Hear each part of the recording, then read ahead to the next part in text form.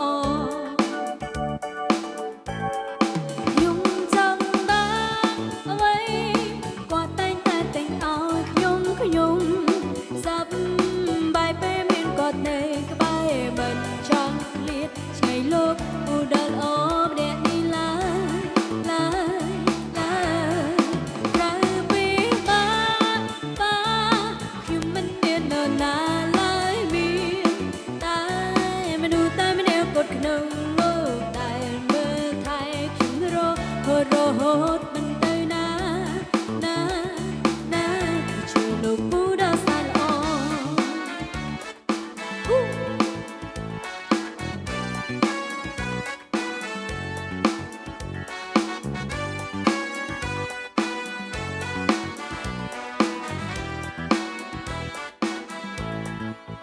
មិនដែលបារម្ភខ្ញុំមិនដែលគិតមិនដែលខ្វ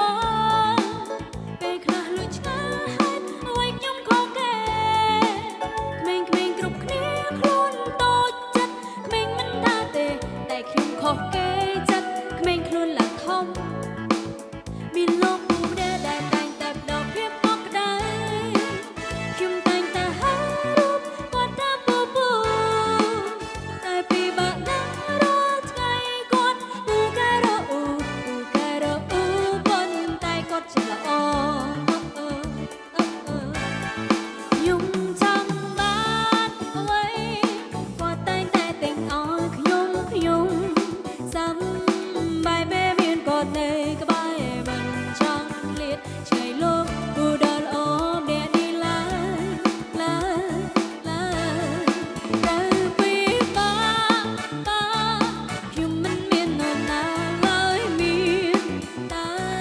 មនុស្សតែម្នាក់គត់ក្នុងលោកដែលមើលថែខ្ញុំរហូតមិនទៅណាជាលោកពូដល់សាល្អ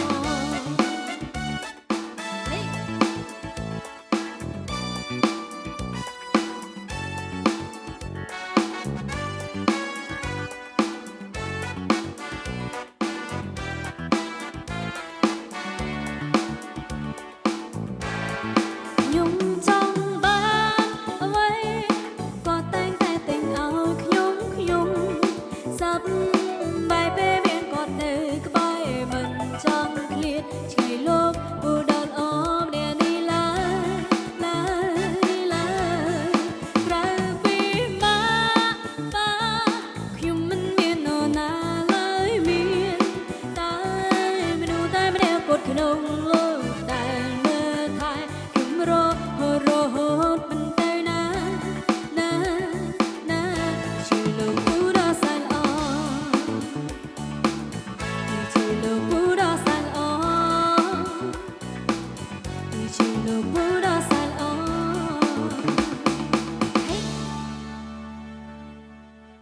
អរគុណ